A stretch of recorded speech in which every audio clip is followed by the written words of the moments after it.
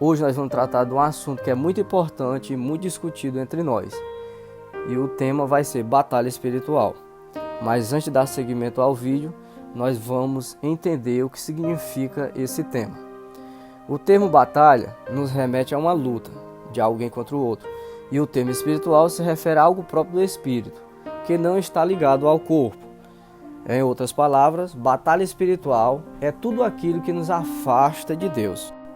A expressão batalha espiritual não aparece na Bíblia, mas isso não significa que seu conceito esteja ausente das Escrituras. Até porque, se a gente for ver, de Gênesis a Apocalipse, a gente vê batalhas travadas de séculos a séculos. Vamos conhecer agora 3 inimigos que enfrentamos em uma batalha espiritual. Primeiro, a carne, ou nós mesmos. A gente vê, apóstolo Paulo aos Romanos, afirma: porque não faço o bem que quero, mas o mal que não quero, esse faço. Ora, se faço o que eu não quero, já o não sou eu, mas o pecado que habita em mim. Então a gente vê uma guerra entre a nossa carne e o espírito. Então em nós mesmos já existe uma guerra espiritual. E ela pode ser avassaladora ou imperceptível.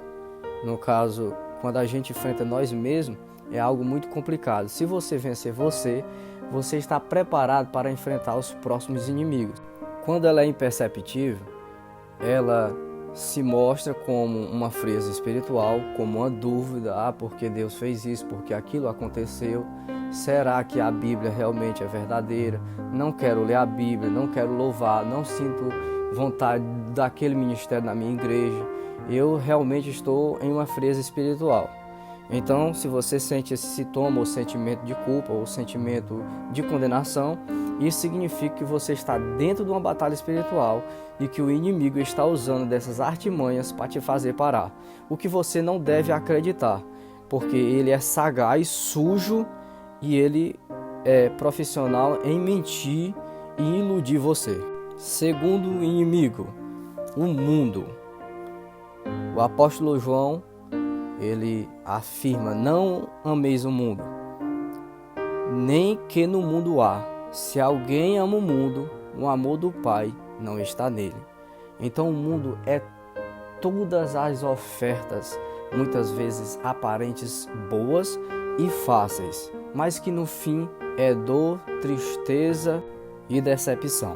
Muitas dessas ofertas, que são a sensualidade, o desejo pela carne, o materialismo, o dinheiro, a gente vê que quem tem amor ao dinheiro, a gente vê onde ele está, seja numa empresa, seja na política, a gente vê a corrupção, porque o materialismo traz isso, aquilo imediato você deseja sempre ter. Também a gente tem que ter cuidado com as nossas atitudes, como o nosso egoísmo, como o nosso orgulho, vaidade.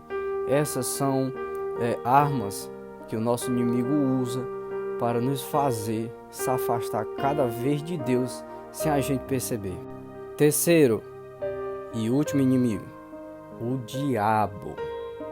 Ele é sagaz, organizado, ele é poderoso e ele é o inimigo das nossas almas. Ele tem como objetivo de destruir e exterminar você.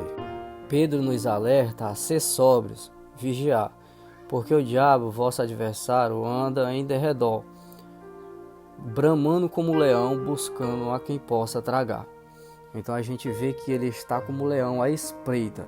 E ele utiliza os 2 inimigos anteriores, que é você mesmo e o mundo.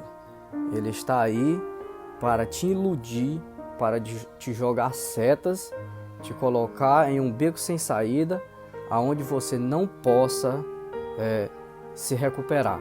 Já Tiago, ele faz um alerta ou um conselho. Ele diz assim: sujeitai-vos a Deus, resistir ao diabo, ele fugirá de vós. Muitas pessoas brincam com o diabo, zombando ou desafiando ao diabo. E isso não é correto, não é bíblico, porque eu já vi muitas pessoas fazendo isso e eles acabaram muito mal. porque eles não vigiaram. A Bíblia sempre nos afirma a vigiar primeiro, vigiai e orai.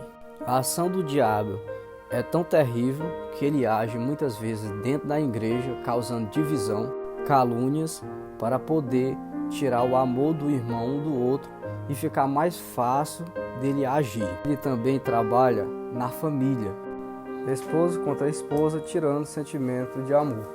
A mulher achando que não ama mais seu esposo, o esposo achando que não ama mais a sua esposa, abrindo a oportunidade de surgir oportunidades que não são de Deus, e muitas pessoas caem nesse laço, no adultério, e trazendo para si grandes tribulações. E no final, às vezes eles perdem as pessoas que eles mais amam, seja a mulher ou o homem, e ele olha e vê que perdeu aquela pessoa tão especial.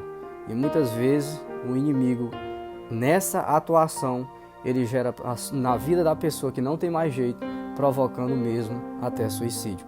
Não brinque, o diabo está aí com os seus demônios na mente das pessoas, usando outras pessoas para atingir, seja na família, seja dentro da igreja, seja no seu trabalho. Ele está aí. Se prepare e esteja sempre preparado.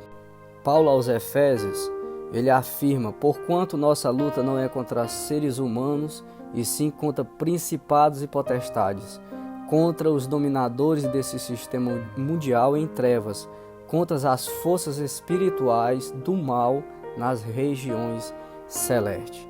A gente vê aqui o termo luta, a gente não vê guerra, porque guerra engloba a todos de uma maneira só, e luta não, é uma luta individual, é corpo a corpo, como eu já disse, é um contra um, ou seja, cada um de nós estamos em uma batalha espiritual, mas o diabo utiliza do nosso ponto fraco. Cada um de nós temos um ponto fraco.